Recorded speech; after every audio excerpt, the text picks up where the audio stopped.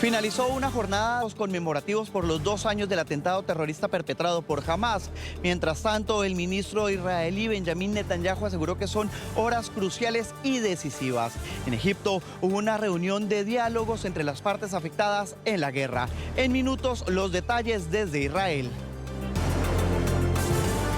Y varias ciudades del mundo salieron a las calles en apoyo al pueblo palestino. Solo en Berlín se presentaron algunos enfrentamientos. En Colombia también hubo manifestaciones.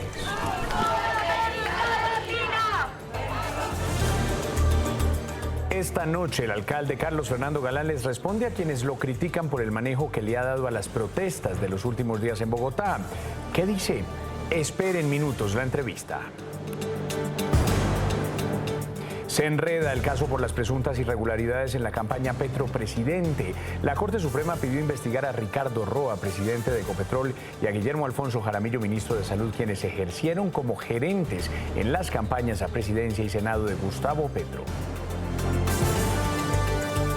Y el pacto histórico quedó en un limbo jurídico tras la decisión del Tribunal Superior de Bogotá, que suspendió una medida cautelar que permitía la consulta del próximo 26 de octubre. ¿Qué pasará con la elección del candidato de la izquierda? Ya les contamos. Colombia apuesta a la delantera para avanzar a los cuartos de final de la Copa Mundial de la FIFA.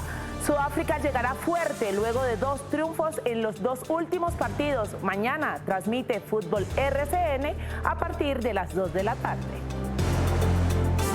Hoy en el termómetro político le llegó oxígeno a la campaña de Juan Carlos Pinzón. Les diré los partidos que quieren darle el aval al exministro de Defensa. Hay estrategia política y militar.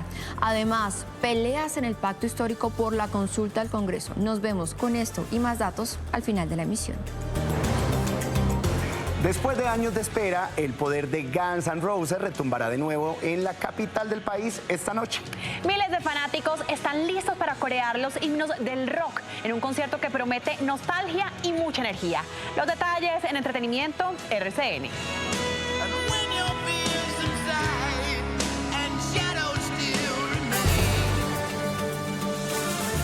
Nuestros presentadores ya están listos. Estamos en todas las regiones. Esto es Noticias RCN de las 7 de la noche.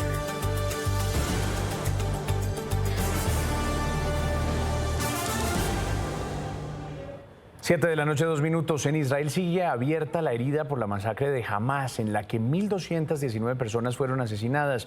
Una emotiva ceremonia cerró los actos conmemorativos de este segundo aniversario, mientras en Gaza se siguen oyendo los bombardeos de las tropas israelíes. Cubrimiento especial con nuestros enviados Juan Camilo Blanco y Roberto Macedonio. Don Juan Camilo, comencemos con la conmemoración. Buenas noches.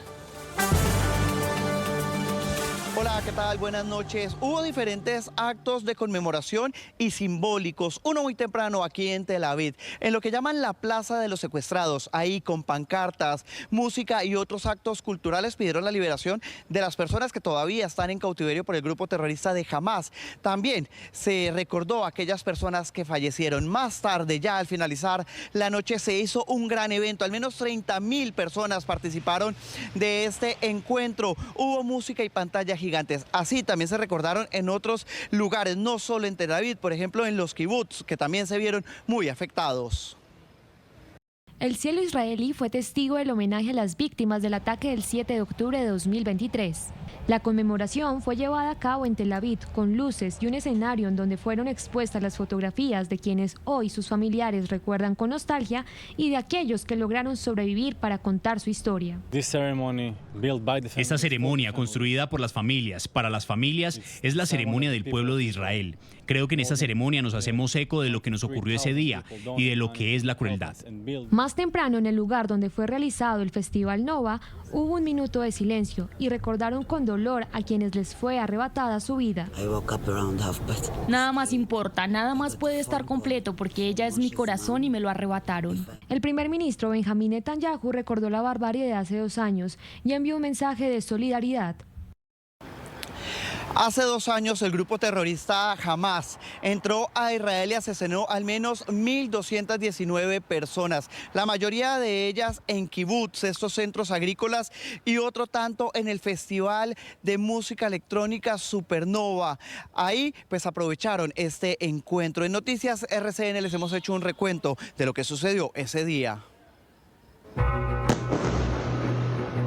El 7 de octubre de 2023 marcó el inicio de otra historia de dolor y destrucción en la humanidad. Terroristas de Hamas y de la Yihad Islámica Palestina ejecutaron una serie de atentados contra Israel. Lanzaron una andanada de cohetes y de forma coordinada atacaron bases militares y localidades fronterizas. El horror tiñó de sangre un festival de música cerca de los kibbutz Rein Yorim. Pese a las súplicas, los terroristas mataban a mansalva a quienes veían. Según cifras oficiales, se contabilizaron 1.219 fallecidos en esa violenta jornada. Entre ellos, la pareja de colombianos Ivonne Rubio y Antonio Mesías. Los terroristas además secuestraron a 251 personas. Allí está el colombo israelí Elkana Bobot. Estos atentados desataron la furia del primer ministro Benjamin Netanyahu, quien prometió eliminar a Hamas. Las atrocidades llevadas a cabo por Hamas no se han visto desde las atrocidades del ISIS. Hamas es ISIS. Hamas is ISIS. El 13 de octubre de 2023, Israel inició una ofensiva en la Franja de Gaza. A lo largo de estos 2 años, las fuerzas israelíes neutralizaron a decenas de integrantes de Hamas dentro y fuera del enclave palestino, entre ellos el cabecilla Mohamed Sinwar. Yahya Sinwar, hermano de Mohamed y señalado de ser responsable de los ataques del 7 de octubre de 2023. Y en medio de este balance, los profundos daños colaterales han marcado un oscuro precedente en la historia moderna.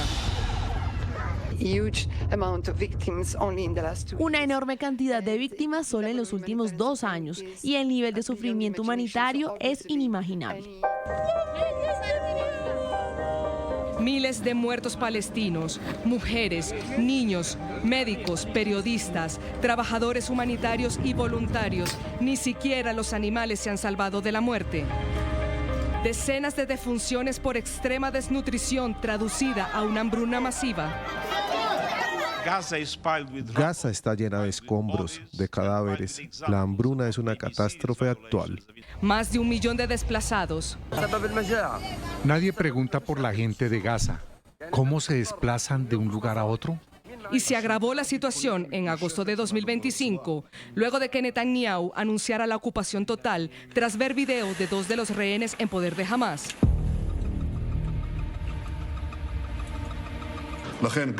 Para garantizar que Gaza ya no representa una amenaza para Israel, debemos completar la tarea y derrotar a Hamas. Las Naciones Unidas y gran parte de la comunidad se opuso y advirtió que esto traería más muerte y destrucción. Esta escalada del gobierno israelí contradice totalmente la voluntad de la comunidad internacional y el derecho internacional. Nosotros, el pueblo de Israel, el 85%, exigimos el fin inmediato de esta guerra estúpida y brutal. Después de 2 años de guerra, una comisión internacional de investigación de la ONU concluyó lo que decenas de gobiernos y miles de personas en el mundo denunciaban. Se está produciendo un genocidio en Gaza. Pero Israel niega esto y pese al creciente rechazo, ha profundizado su ofensiva con el objetivo de eliminar a Hamas. Y al parecer, no se detendrá hasta conseguirlo. Difícil, muy difícil situación. Al tiempo de esta conmemoración en Israel siguen los diálogos también en Egipto entre las delegaciones precisamente de Israel y Hamas para intentar ponerle fin a 2 años de guerra. ¿Cómo avanzan esas negociaciones? Roberto Macedonio, ahí lo ven ustedes, también está en el lugar de la noticia. Roberto. Sí, ¿qué tal? Muy buenas noches. Ha sido una jornada llena de actos conmemorativos en la que el primer ministro israelí ha asegurado que son días decisivos y dice que para él es importante la liberación de los rehenes, el hecho de que Gaza deje de representar una amenaza para el Estado de Israel y poner fin al gobierno de Hamás en la franja. Esto en medio del diálogo en Egipto para conseguir la paz, un diálogo en el que Hamás también ha dejado ver cuáles son algunos de los aspectos indispensables para aceptar el plan propuesto por Estados Unidos. El primer ministro Benjamin Netanyahu se refirió a las negociaciones indirectas que adelantan Israel y Hamás para poner fin a la guerra en Gaza. Ciudadanos de Israel, nos encontramos en días decisivos. Seguiremos trabajando para lograr todos los objetivos de la guerra, el regreso de todos los rehenes, la eliminación del gobierno de Hamás y la garantía de que Gaza ya no represente una amenaza para Israel. El jefe negociador del grupo terrorista, Khalil al-Hayya, pidió garantías a la comunidad internacional y al presidente Donald Trump para continuar con la implementación. Al tiempo, expusieron algunas de sus condiciones. Un alto al fuego permanente, la retirada completa del ejército de la Franja de Gaza, la entrada a la ayuda humanitaria y el retorno de los desplazados. El presidente Donald Trump confirmó que la delegación estadounidense partió rumbo a Sharm el-Sheikh para participar de las conversaciones. Noticias RCN y la FM en el lugar de la noticia. Gracias Juan Camilo, Roberto por sus completos reportes. Ahí seguiremos, 7:11. Y es que el mundo está a la expectativa de estas negociaciones, pero quienes cuentan los minutos para que se firme un acuerdo de paz pronto son las familias de quienes están en poder de Hamás. Claman para que los dejen en libertad. Una de esas voces es la de Rebeca, esposa del colombo israelí Elkana Bobot. No pude salir caminando del túnel y bueno, volví porque le prometí a mi esposa, en este momento se mantiene con vida. ¿De qué manera? No sé, es algo de convicción de él, es algo de convicción de todos los secuestrados que se encuentran con vida porque tienen fe, tienen la esperanza de que van a volver y sus familiares, estamos todos, tanto los familiares de los vivos, tanto de los caídos, de los asesinados, siguen que necesitan cerrar cerrar este capítulo, tener la despedida, tener el cuerpo, enterrarlo con honor, con respeto.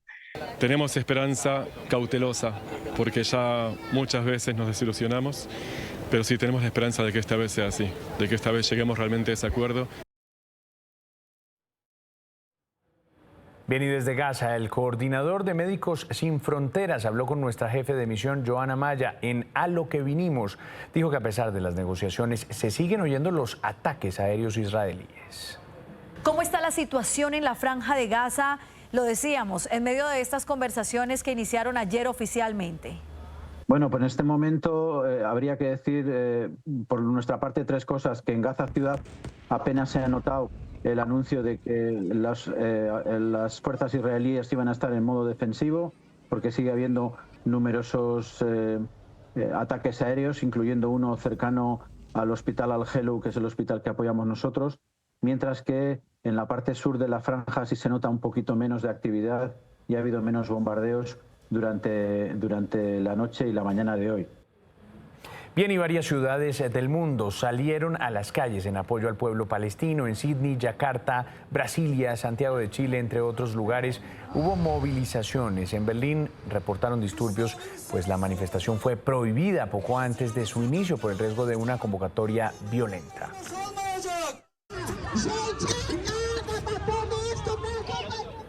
En Bogotá también se registraron manifestaciones en apoyo a Palestina. Algunas fachadas de cajeros automáticos en el norte de la ciudad fueron vandalizadas por encapuchados. En la calle 26 se suspendió el servicio de Transmilenio. Como siempre, los más afectados son los usuarios del sistema. Precisamente nos vamos a este punto en la calle 26. Shirley Salazar, ¿cómo está la movilidad a esta hora?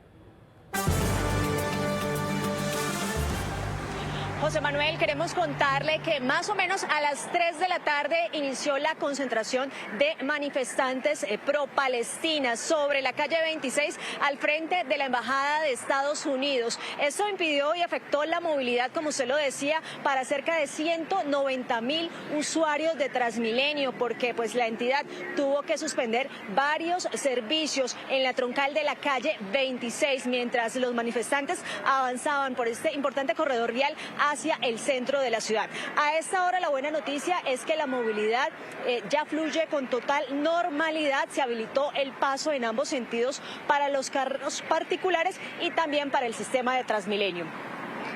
Y bien, pues mucho. Pues señor alcalde de Bogotá, Carlos Fernando Galán, gracias por estar con nosotros aquí en Noticias RCN. Gracias a usted, José Manuel. Bien. Bueno, sé que está muy ocupado, días duros en la ciudad de Bogotá, muchas ocupaciones, protestas y demás. Voy a ser directo en ese caso. ¿Qué le responde a la gente que dice, uy, ese alcalde Galán cómo nos salió de flojo? No le mete la policía a la protesta, no le mete el Undemo, que es el reemplazo del ESMAD, y hacen grafitis, se tiran los CAIs de Bogotá como en la 72. Mire, José Manuel, ¿qué le dice a esa gente que tiene esa preocupación, alcalde? Yo he ordenado directamente la intervención de la Undemo en 123 ocasiones en lo que llevo del gobierno. Y lo hacemos siempre cumpliendo la ley. Hay que entender también que lo que pasó, el estallido social y cambios a las normas que se hicieron en los años previos al estallido, en cierta forma cambiaron las reglas de juego a la hora de intervenir y eran limitantes, y eso hay que entenderlo. Entonces hay que cumplir lo que son los protocolos de la norma nacional y distrital que garantizan gestores de diálogo como primera instancia, y cuando se agota el diálogo entramos por la fuerza. Dígame una cosa, ¿quién le responde, la policía, a usted o al presidente de la República?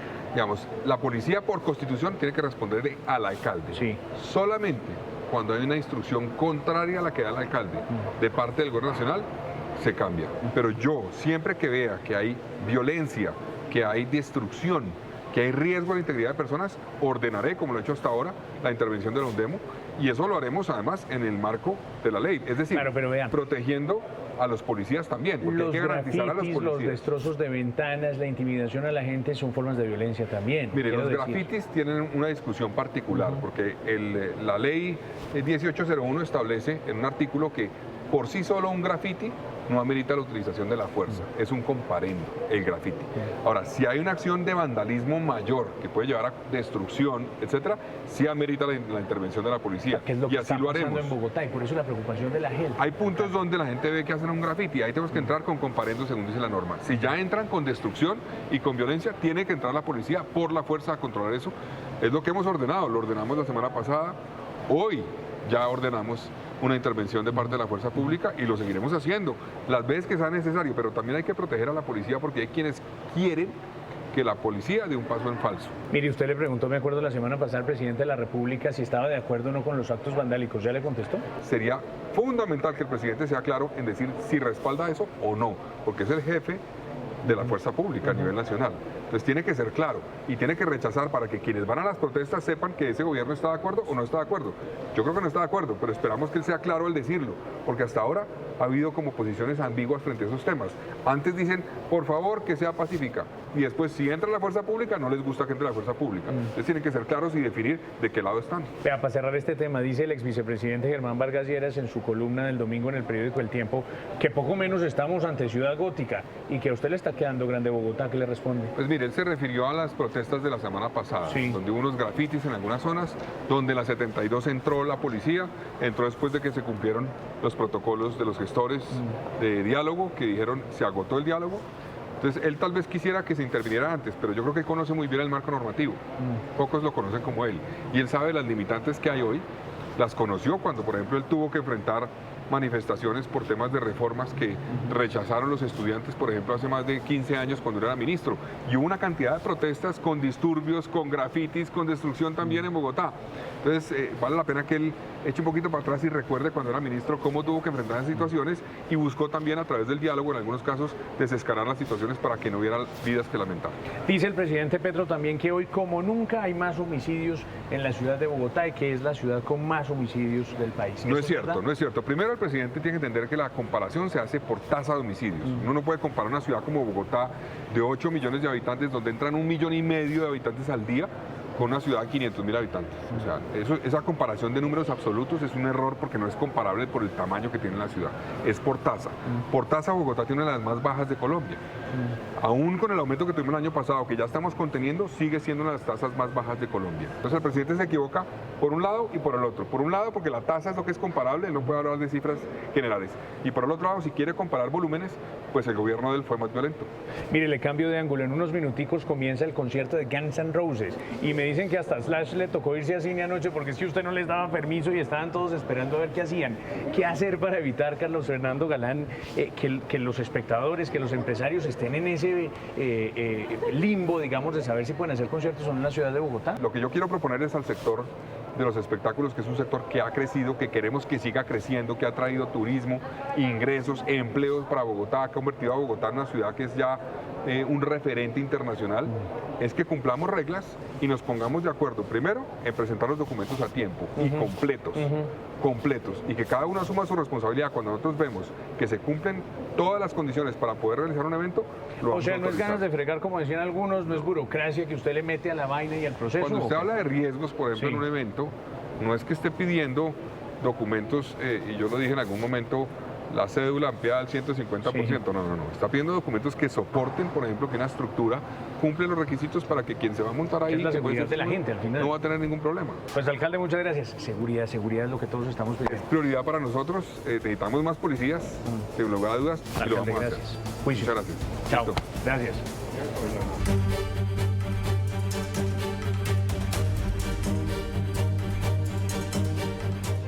Atención, el IMPEC acaba de confirmar el asesinato de otro dragoneante en el Valle del Cauca.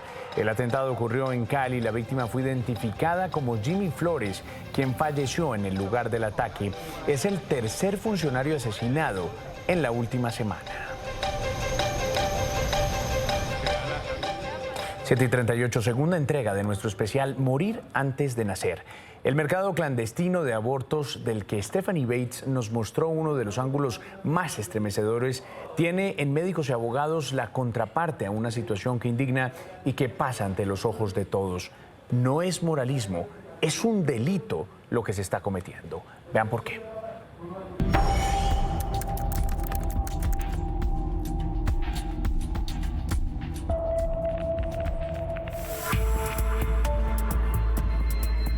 En una tarea periodística y de inmersión, nos adentramos en una realidad que sucede en las calles de Bogotá. Barato, porque esto ya es un asesinato. Está matando a alguien por tan poquita plata. Donde acabar con la vida de un bebé puede negociarse por 3 millones o menos. Usted ya está para tenerlo.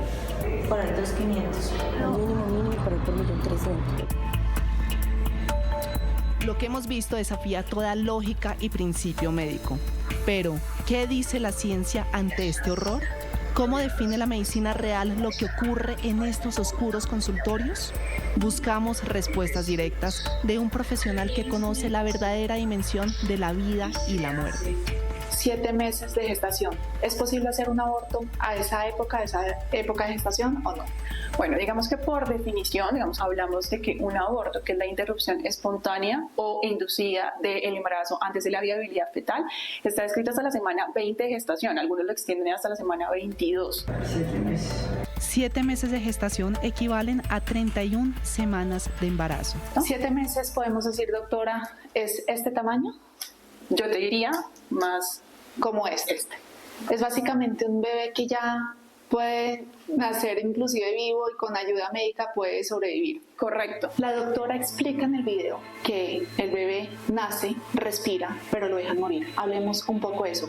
Como está pequeño y apenas sale el aire, ya los pulmoncitos no alcanzan a funcionar. Eso se puede hacer en el pero sobre todo es una inducción.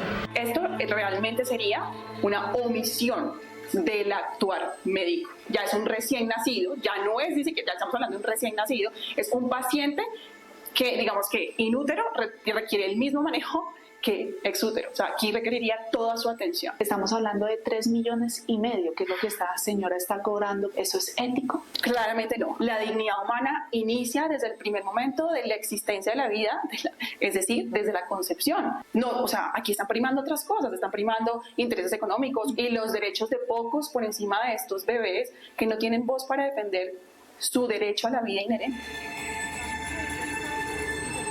Pero más allá de lo ético, hay una realidad jurídica que no se puede ignorar. ¿Qué dice la ley colombiana frente a estos casos? ¿Y hasta dónde llega la responsabilidad penal? Doctor, ¿qué diferencia entre un aborto a un homicidio? Muy buena pregunta, Stephanie. En principio hay que aclarar que son dos tipos penales diferentes. El Código Penal establece que el homicidio se configura cuando el que mataría a otro En el aborto como tal, en los términos del código, pues el nasciturus como tal no se entiende, todavía es existente dentro del ordenamiento jurídico colombiano. En este caso que vemos en este video, ¿cuál aplica? ¿Aborto o homicidio? Jurídicamente, desde que se desprende del vientre de su madre y lo deja morir, se configura un homicidio. Y es un homicidio a título de dolo. Aquí no hablaríamos ni de negligencia médica, no hablaríamos de un homicidio culposo, es netamente doloso, porque la médico tiene conocimiento y voluntad de causarle la muerte al menor. Barato, porque esto ya es un asesinato. Doctor, en Colombia existen leyes que permiten el aborto. ¿Cuáles son? La sentencia 055 del 2022 estableció la despenalización del aborto hasta la semana 24 de gestación. Si el aborto se causa después de las 24 semanas de gestación, entraríamos a mirar si está dentro de las 3 causales que estableció la Corte Constitucional. La primero, peligro para la vida de la madre. Segundo, si hay algún tipo de malformación del feto. O tercero, si fue víctima de violencia sexual. Es la única forma en que se puede interrumpir el embarazo después de las 24 semanas de gestación. Acá vemos a esta doctora que ni siquiera hace ninguna pregunta respecto a si hay violación, malformación. Totalmente, Stephanie, lo que vemos en el video es que efectivamente es una actividad totalmente ilícita, conoce ella que es una actividad ilícita y está incurriendo totalmente en estos tipos penales. Con esta investigación descubrimos una práctica aberrante, pero que deja más interrogantes que certezas. ¿Qué están haciendo realmente las entidades y la ley para controlar estos consultorios? ¿Quién vigila que no se camuflen crímenes bajo la fachada de supuestos abortos? Y sobre todo, ¿cómo evitar que más bebés inocentes sean víctimas de lo que en realidad no es un procedimiento médico, sino un homicidio encubierto? La denuncia completa en noticiasrcn.com. 7:43, a 2 semanas de realizarse la consulta del Pacto Histórico, el Tribunal Superior de Bogotá dejó en vilo la elección del candidato de la izquierda. Iván Cepeda, Carolina Corcho y Daniel Quintero se medían a través de este mecanismo popular. Desenredamos la pita. ¿Qué pasará ahora? Bien contado, bien explicado. Nuevamente el pacto histórico quedó en un limbo jurídico con la decisión del Tribunal Superior de Bogotá de tumbar la medida cautelar que les dio personería jurídica libre como partido y les permitió inscribirse para la consulta del próximo 26 de octubre. Votaciones con las que buscan elegir candidato único a la presidencia entre los precandidatos Iván Cepeda, Carolina Corcho y Daniel Quintero y candidatos al Congreso. Negar el amparo de los derechos fundamentales a la participación política e igualdad invocados por los solicitantes. A un poco más de 2 semanas de que se desarrollen las elecciones que según el registrador tuvieron un costo de 200.000 millones de pesos, entre los militantes del pacto no hay claridad sobre lo que viene para la colectividad política. La inscripción de los candidatos está en firme. La inscripción que hicimos como pacto histórico con esas medidas cautelares generan un vacío que tenemos que resolver. Vamos a encontrar las rutas jurídicas para desbloquear la participación, es decir, para retirar los condicionamientos a las personerías jurídicas.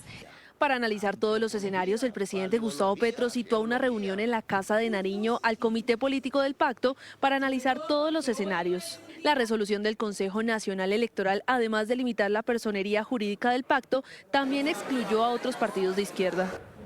Bien, la Fiscalía, el Consejo Nacional Electoral y la Comisión de Acusación investigarán al presidente de Ecopetrol, Ricardo Roa, y al ministro de Salud, Guillermo Alfonso Jaramillo. ¿Por qué? Les contamos. Para la Corte habría evidencia de presuntas irregularidades en gastos que fueron reportados para la campaña del Pacto Histórico al Senado en 2022, pero que según la Sala habrían sido en realidad gastos de campaña para el entonces candidato presidencial Gustavo Petro. El gerente Jaramillo Martínez concedió que el gerente de la campaña a la consulta interna sí acudió a la sesión en calidad de invitado y que fue él quien propuso la opción de contratar a la Sociedad Aérea de Ibagué SAS. La decisión de compulsar copias contra el presidente de Ecopetrol, Ricardo Roa, y el ministro de Salud, Guillermo Alfonso Jaramillo, se da porque en los registros de vuelo contratados para la campaña al Senado con la Sociedad Aérea de Ibagué SADI habría viajado no solo Ricardo Roa, sino que dichos gastos habrían sido autorizados por los gerentes de campaña Roa y Jaramillo en ese momento. El 12 de abril de 2022 se facturó el transporte aéreo a la campaña al Senado a nombre de su gerente Guillermo Alfonso Jaramillo Martínez. La Corte también compulsó copias a la Comisión de Acusaciones de la Cámara y al CNE para investigar presuntas irregularidades sobre los gastos de campaña Petro presidente.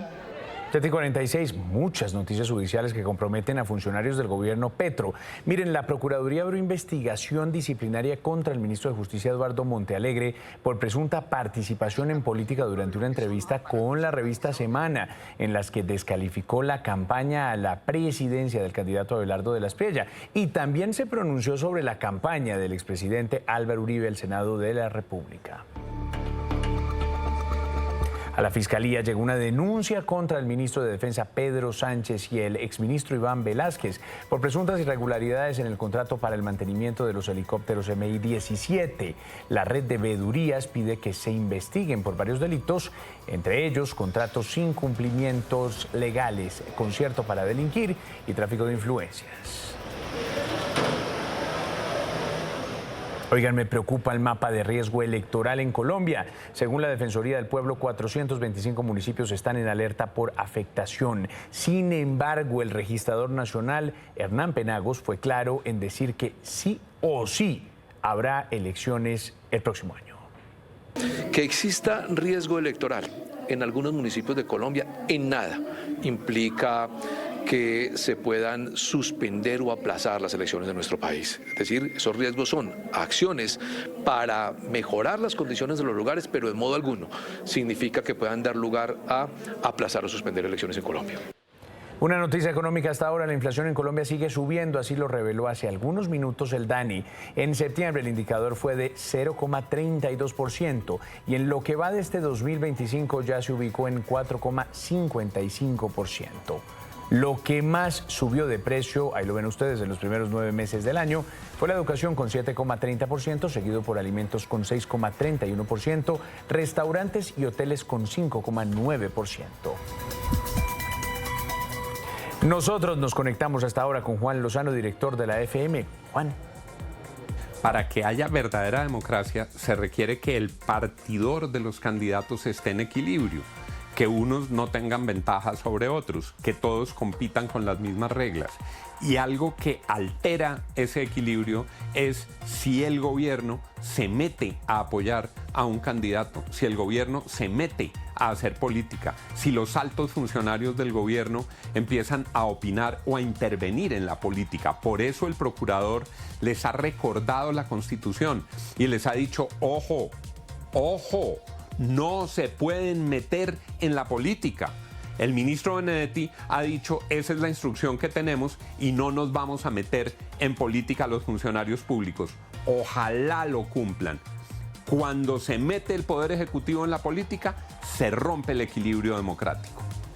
Gracias, Juan. En Cali, gobernadores firmaron la Alianza Pacífico por la conservación de los bosques. Vean esto. Gobernadores del Pacífico colombiano se dieron cita en el Valle del Cauca para llegar a acuerdos en pro del cuidado de la biodiversidad que rodea el suroccidente colombiano. La apuesta por visibilizar nuestros activos en biodiversidad y en servicios ecosistémicos que le prestamos no solamente a la nación colombiana, sino al mundo. Lo que buscamos es que juntos podamos presentar unas plataformas estratégicas para nuestros ecosistemas y presentar propuestas para que podamos tener financiación nacional o internacional. Delegados de países como Ecuador, Panamá y Chile presenciaron la iniciativa que enmarca la naturaleza del Chocó biogeográfico, buscando aplicar esta estrategia en conjunto en sus países. La firma de la Alianza Pacífico marca un hito en la unificación de los departamentos del occidente del país para la protección de los recursos naturales de la mano de organizaciones internacionales. Ya son las 7:50, hoy en Martes de Bolsillo les contamos cómo usar las llaves de Breve para hacer transferencias rápidas, seguras y sin costos adicionales con el Banco de Bogotá. Con Breve, el nuevo sistema de pagos inmediatos del Banco de la República, usted podrá enviar y recibir dinero en cuestión de segundos y además gratis entre personas naturales sin importar la entidad financiera. Lo he escuchado, pero en realidad no le he puesto atención. Es como cambiar directamente lo que uno antes colocaba el número de celular por una parte más segura. Los pagos se hacen brevemente con las llaves, pasando la plata de banco a banco para que sea más fácil de registrarse o de tener la plata en sus bolsillos. Con Breve todo será más fácil. Solo necesita registrar sus llaves, su cédula, celular, correo o el código alfanumérico como el tag aval. Transferencias inmediatas y gratuitas disponibles todo el tiempo. Disponible en la mayoría de las entidades financieras del país. No necesita largos números de cuenta. Puede recibir dinero desde cualquier banco. Si ya registró sus llaves, ya puede hacer transferencias fácil y rápido a través del botón de Breve. Registre sus llaves en la app Banca del Banco de Bogotá desde el botón de Breve y empiece a disfrutar de una nueva era de transferencias rápidas y seguras y sin costos. Nos vemos todos los martes con más datos que le ayuden a cuidar su bolsillo.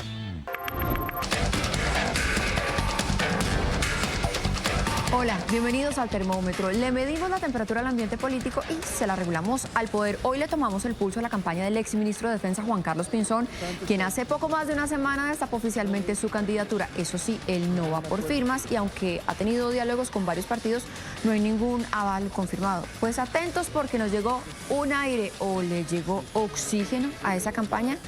¿Lo tienen? Sí, señores. Verde oxígeno.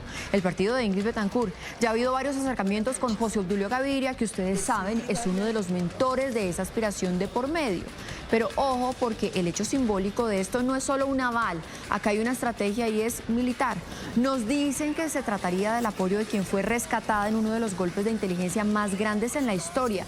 ¿Qué tal, por ejemplo, tener juntos a todos los uniformados y civiles, incluidos los contratistas estadounidenses rescatados en la operación Jaque, en la misma foto? No sé, es solo una idea y nadie nos ha contado nada. Dato adicional, del otro partido que también le están haciendo guiños a Pinzón es de Colombia Justas Libre. Y no se descarta que si Vargas Lleras no es candidato por Cambio Radical, ese partido también le dé el aval al exministro. Y cerramos con el lanzamiento de 2 estrategias presidenciales. Arranquemos con Sergio Fajardo, quien presentó la plataforma Escucha Ciudadana. La gente puede escribirle directamente como una especie de buzón de sugerencias, quejas y reclamos. Ya han escrito más de 500 personas y va más allá. Hoy se sentó a escuchar a actores de la salud en medio de la crisis, voceros de pacientes, EPS, IPS, farmacéuticas, cajas de compensación y comunidad médica.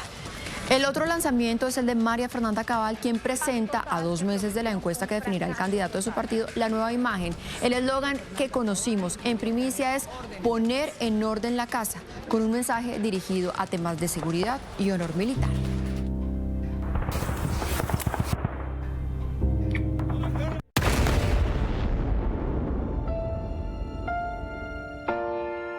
Lo he dicho con determinación, la paz no se negocia. La paz se impone. Cuando suba o cuando baje la temperatura, acá estaremos con el termómetro político. Feliz noche.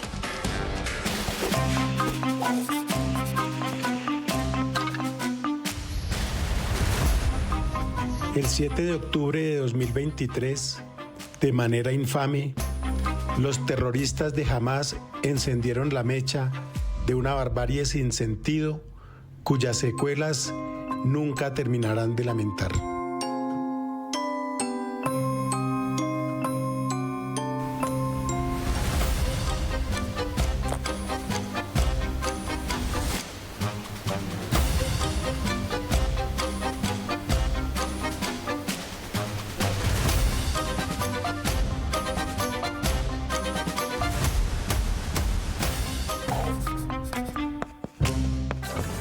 Hasta aquí la conversación de hoy, mañana la seguimos y como me están preguntando tanto por la investigación de Stephanie Bates sobre aborto ilegal en Colombia, aquí en este código QR pueden encontrarla completa. Gracias por acompañarnos.